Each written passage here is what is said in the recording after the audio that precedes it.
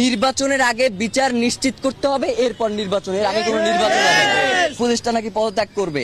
ফাইজলামি করেন মিয়া, বুইরা ভাম কোথার জানো, ফাইজলামি করতে আসেন, মানে সারাক্ষণ খালি ভেটকাইতে আসেন।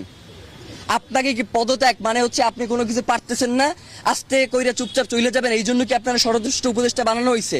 ওই জায়গা দিয়ে আপনি লড়তে পারবেন না। আপনার পুরো এই ঘটনার সাথে কারা কারা জড়িত এইটা নিশ্চিত কইরা আপনি এইখান থেকে যাইবেন, এর আগে আপনি কোনো জায়গায় যাইতে পারবেন না। মানে হইলো যাইয়া আপনি যাবেন, কোনো সমস্যা নাই, তার আগে বলবেন যে আপনারা কে বাধা দিছে এই দায়িত্ব পালন করতে, আপনি কার কার জন্য এই দায়িত্ব পালন করতে পারেন নাই, কে এই খুনের তদন্ত করতে আপনারা বাধা দিছে, সব কথা বইলা দিয়া এরপর আপনি যাইতে হইবে। এছাড়া আপনার যাওয়ারও কোনো সুযোগ নাই। এবং ডক্টর ইউনূসকেও আমরা বলতে চাই যে বাংলাদেশের জনগণ আপনাকে প্রধান উপদেষ্টা বানাইছে এই জনগণের স্বাধীনতা সার্বভৌমত্বকে টিকিয়ে রাখার জন্য। জানাজার মাঠে আপনি বলেছেন যে আপনি শরীফ ওসমান হাদিকে ধারণ করেন, কিন্তু একবারের জন্য আপনি জানাজার ময়দানে বলেন নাই যে খুনের বিচারের ব্যাপারে আপনি কি করবেন। মানে এই যে এত বড় একটা হত্যাকাণ্ড হইলো, এর বিচারের জন্য আপনি কি কি পদক্ষেপ নেবেন সেইটা আপনার মুখ থেকে আমরা শুনতে পারি নাই। মানে আপনার যে অসহায়ত্ব সেইটা আমরা দেখতে পাইছি, আপনি আসলে কিসের কারণে অসহায় সেইটা আমরা জানতে চাই। আপনাকে কে অসহায় করে তুললো এইটা আমাদের কাছে আপনার জানাইতে হবে। মানে এইটা না জানাইয়া তড়িঘড়ি করে নির্বাচন দিয়ে এরপর আপনি চলে যাবেন, এইটা হবে না। নির্বাচনের আগে বিচার নিশ্চিত করতে হবে, এরপর নির্বাচনের আগে কোনো নির্বাচন হবে না।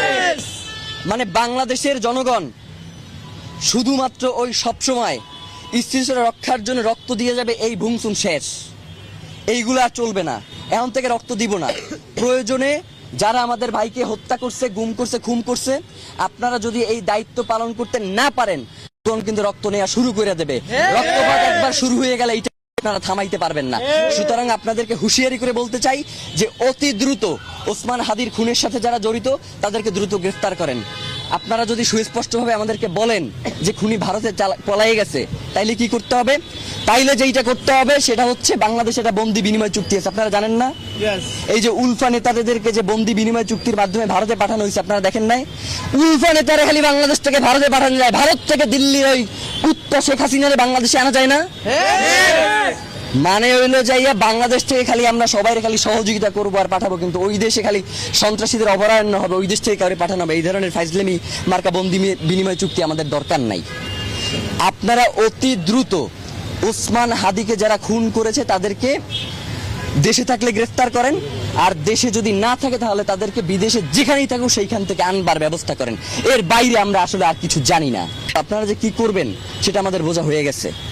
আপনাদেরকে আমরা ইনকিলাব মঞ্চের পক্ষ থেকে জানাইতে চাই